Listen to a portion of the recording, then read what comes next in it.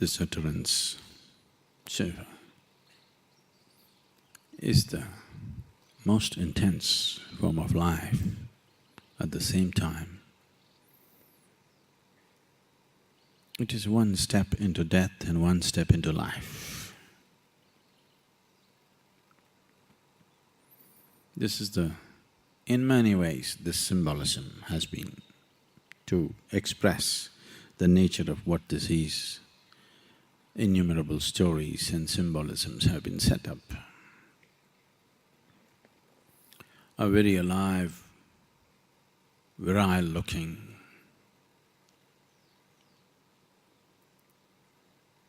the most athletic of the gods on the planet is Shiva.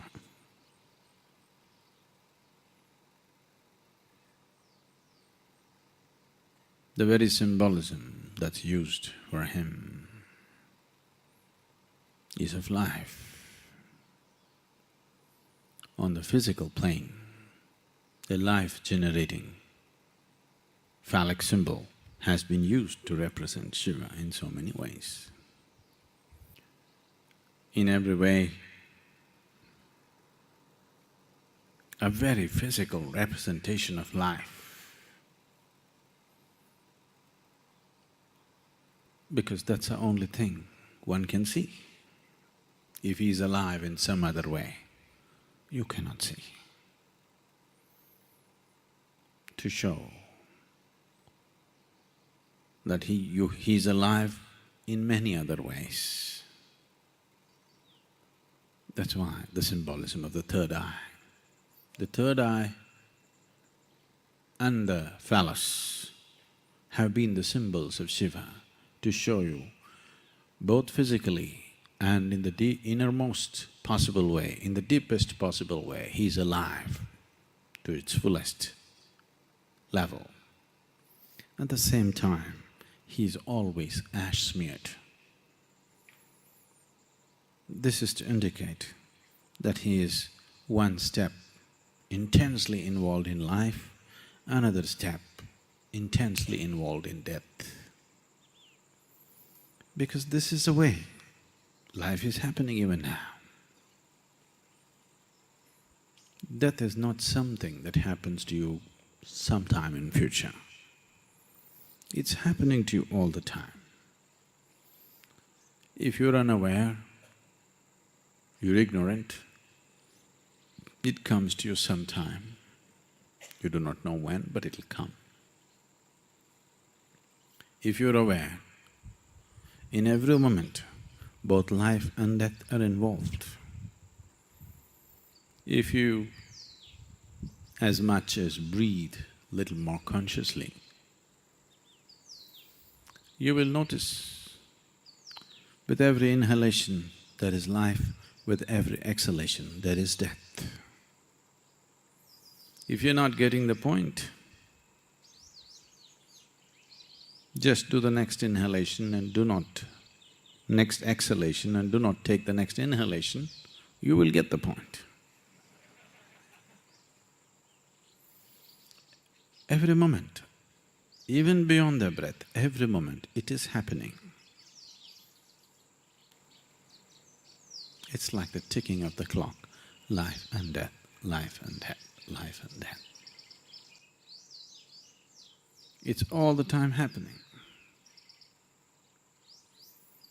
One who is aware of this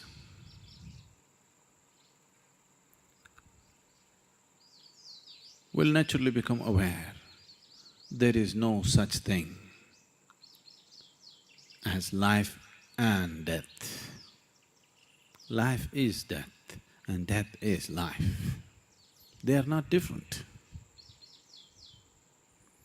It is only a question of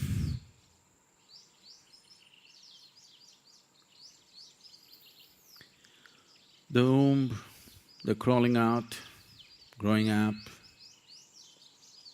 taking the loan from the planet and putting it back. But it's just life or it's just death. We need not have invented two words for this. It's just one thing. We can call it the life.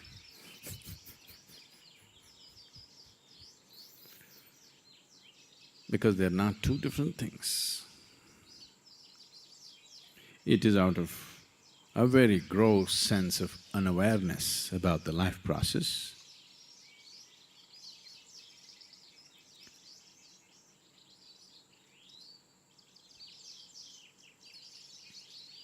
Because the wonderful gifts that have been showered upon humanity, we are using them like toys.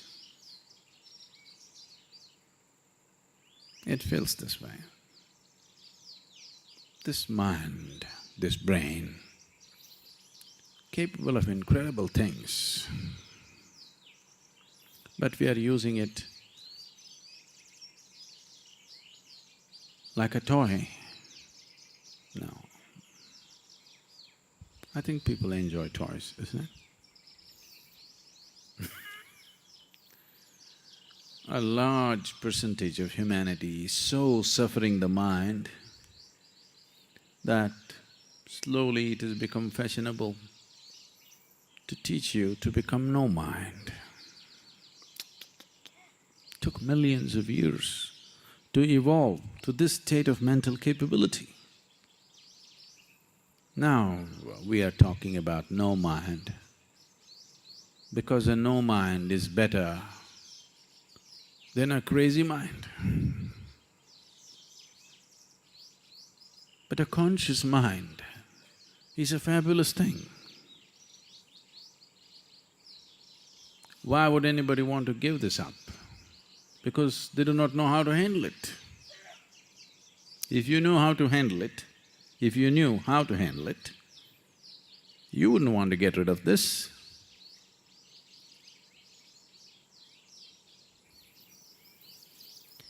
People are seeking peace.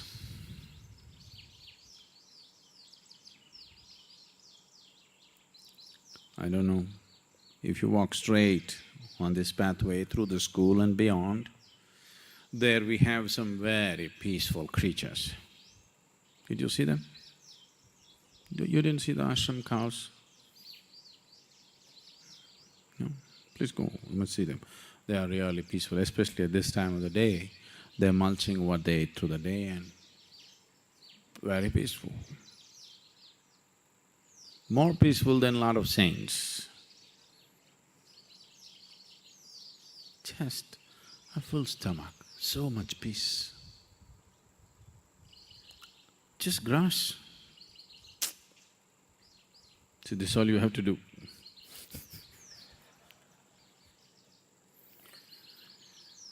Because not much of a mind. Even to create turmoil, you need a mind. It's certain capability. So,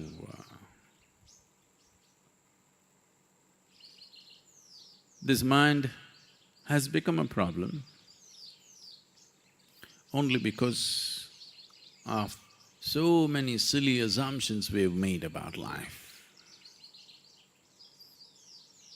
So many kinds of camouflages we have put upon life, not seeing it just the way it is, all kinds of inventions about it.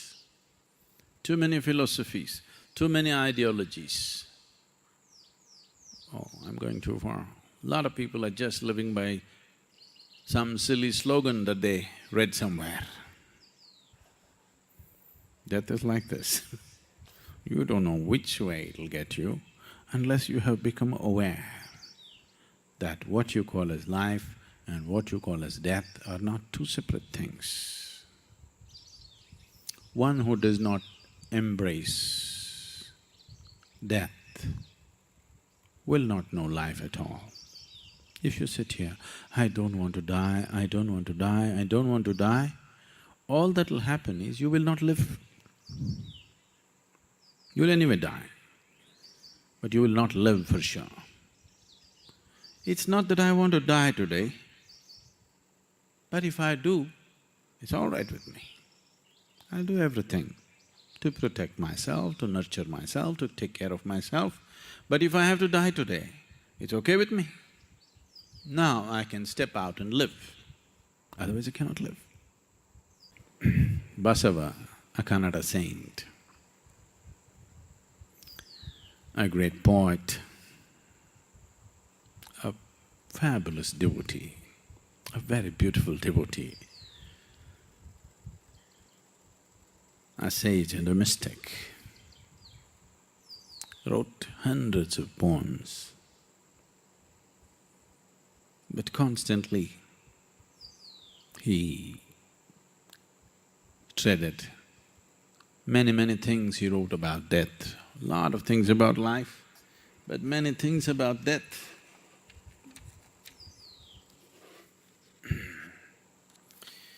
This is a translation, it loses its some of the beauty of poetry, but you get the meaning. Basava said, sacrifice a lamb brought to the festival, eats up the green leaf brought for decorations. Sacrifice a lamb brought for the festival, eats up the green leaf brought for the decoration, not knowing a thing about the kill, not knowing a thing about the kill. It wants only to fill its belly, born that day, to die that day. But tell me, did the killer survive, O Kudala Sangama Deva?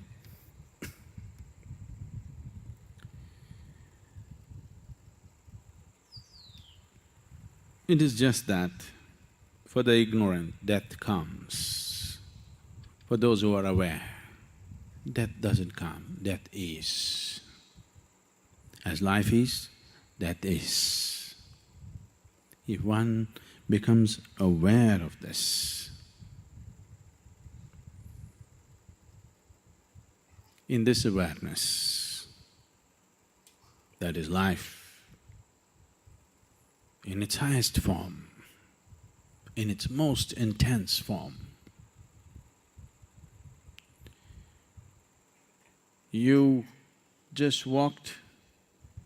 If an elephant came in front of you, and if you look into eyes, don't think he looks gentle like a Ganapati, he is…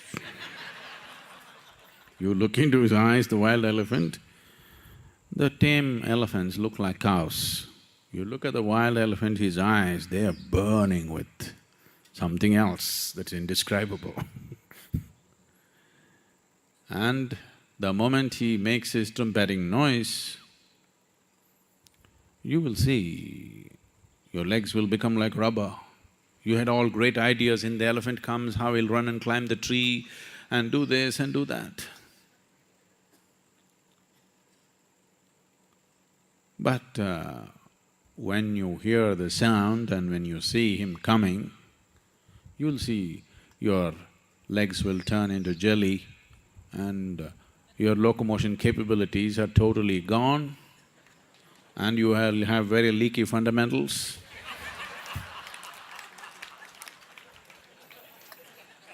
Really. But you will become super alert. Suppose you did not get killed, but then your whole life you'll remember that moment like alive. Just think about it. All the hair on your body is tense up. Goosebumps will come. You live for 50 years, 60 years after that event, but just the thought, everything becomes alive.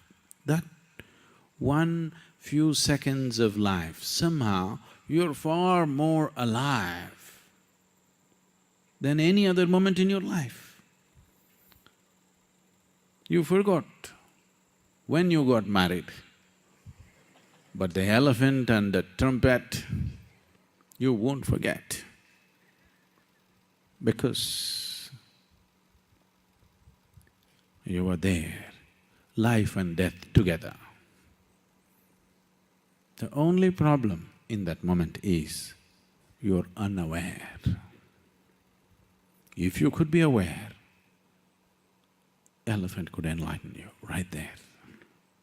Moments of danger are moments when both life and death are together at the same time. If you can only manage to be aware, that's it. You know Krishna? When Arjuna asked, what is the point slaughtering all these thousands of people? He said, if you can attain, it doesn't matter killing 10,000 people. That's the standard he's setting. If you can be here, being aware of life and death at the same time, because both are here at the same time. They are not two separate things. That's all it is. That fragile, but at the same time so sturdy. These are one inside the other. Life is all packed like this. Creation and the creator, life and death, everything packed one inside the other. It takes attention. It takes a lot of attention if one has to see what it is. Otherwise, one just lives on the surface, half alive. If you do not know life and death at the same time, you know only one half of life.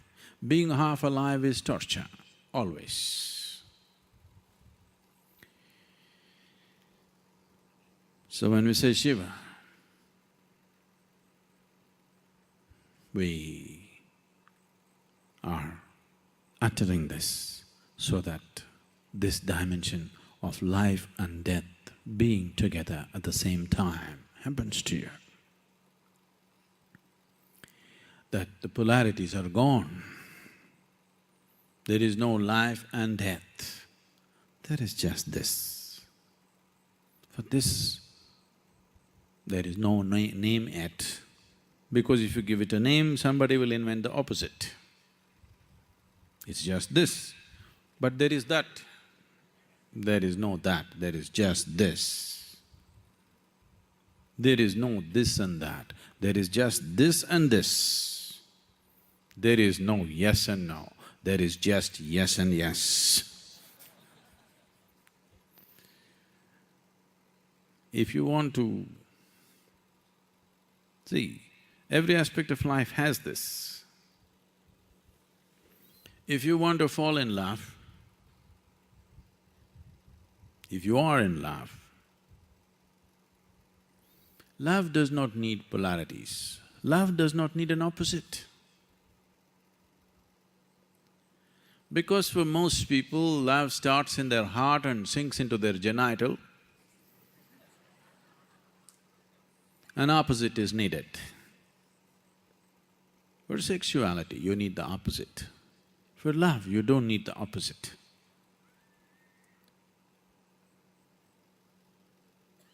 What you thought is you and something has become just this, for example, on many levels. Starting in the yogic terminology, if you want to look at it, starting from the Mooladhara, where it is about food and sleep.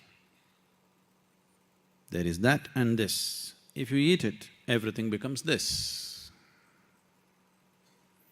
Now, you are mentally alert, you are looking at things, there is you and the other. If you fall asleep, there is just this. There is no this and that. So this is on all levels. If it happens in the lowest chakra, low is not the word. When I say low, we're not talking high and low, we're talking geographically, Southern chakra.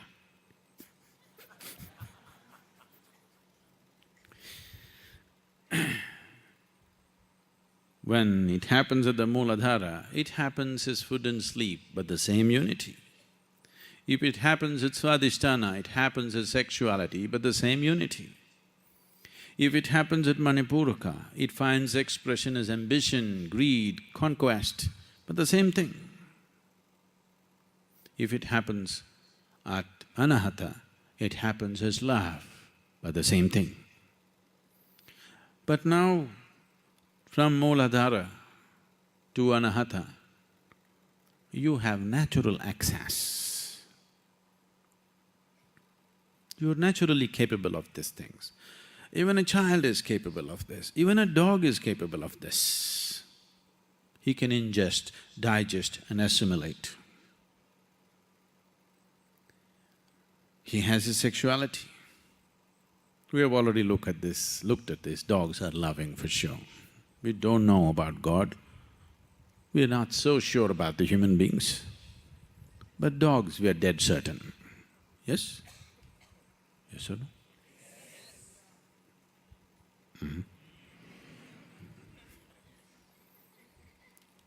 There is no question about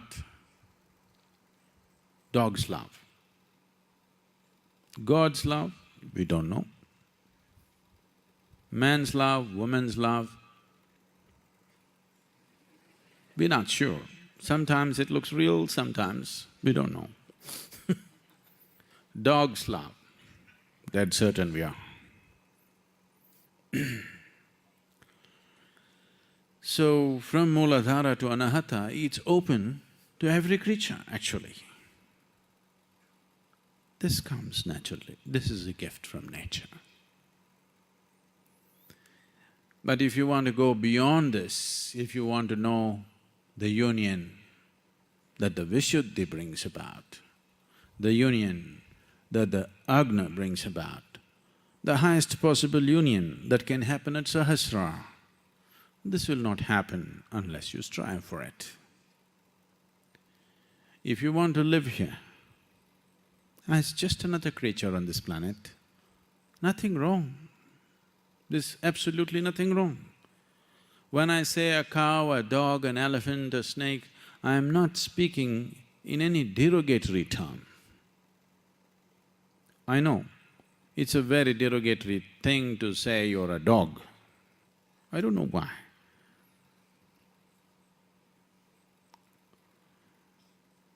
They are more steady. More people trust dogs than human beings. And the numbers are increasing by the day. But still, a dog is a derogatory term for some reason.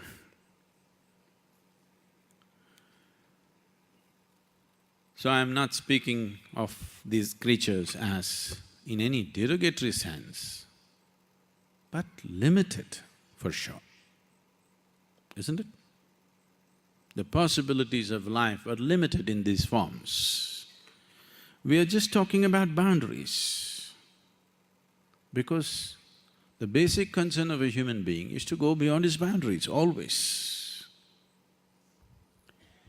So if you want to go beyond these four levels of union that one can know, then it needs a little more awareness, a little more devotion, a little more push.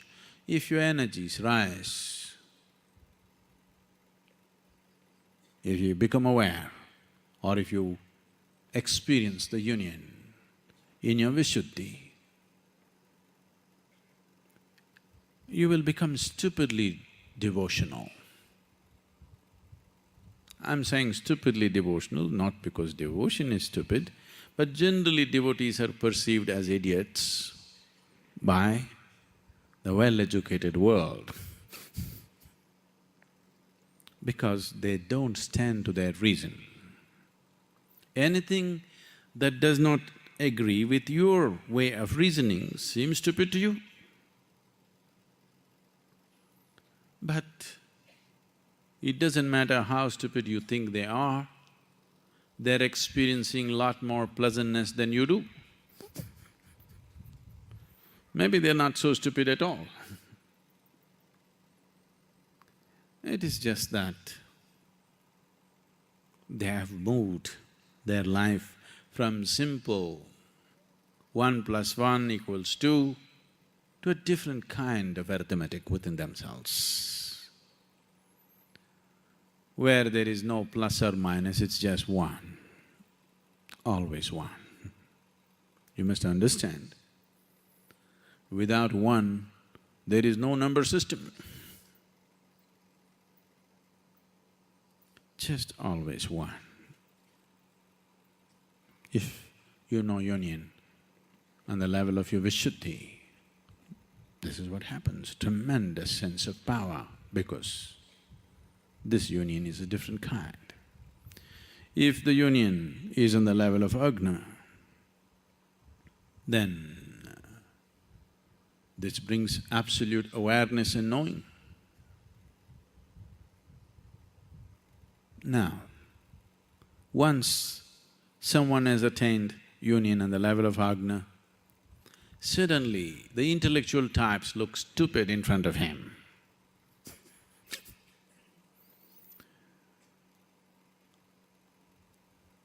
You've heard of Adi Shankara.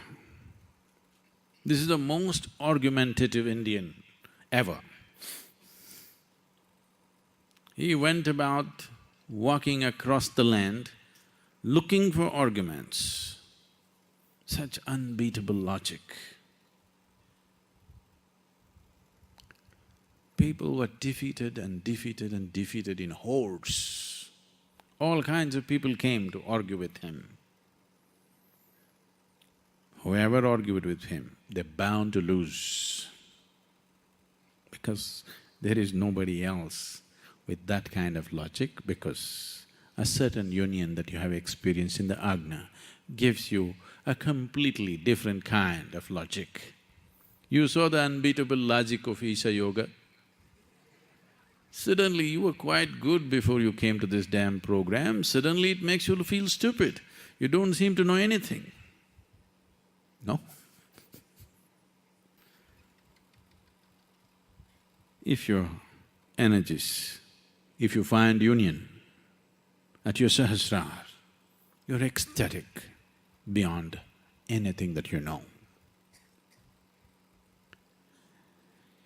Shankara used to be like this, he was so argumentative and defeating people all the time in his arguments, every day picking up arguments with all kinds of people. But suddenly he would go into a temple and weep and dance like a madman. People would be shocked. We thought you were a man of reason. What are you crying? Like this. Like those buffoons who call themselves devotees, like them you're crying? We thought you were a man of true intellect.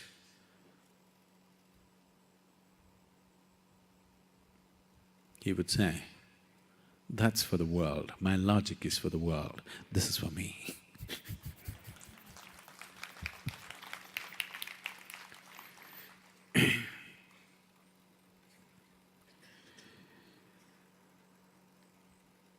So this is a simple step one needs to take. In your awareness, if life and death are at the same time, if they are not two separate things, then you have set the fundamentals for the highest union possible. You got the right foundation. You want to live, you don't want to die, you are on a very wrong foundation. You're on an extremely wrong foundation. The more you build on this wrong foundation, the more you're asking for a disaster. Suppose we made a mistake with the foundation, the best is to build a minimum possible building, isn't it? Suppose we've done a mistake with the foundation work, even in a construction site, the best thing is to build a minimum possible building. The more you build, the more you're putting yourself to risk. That is why they talked so much about renunciation. Because they said, you got a wrong foundation, don't build too much. The more you build further away from truth you will go, keep it minimum. Because the foundation is wrong, till you fix that, don't build too much.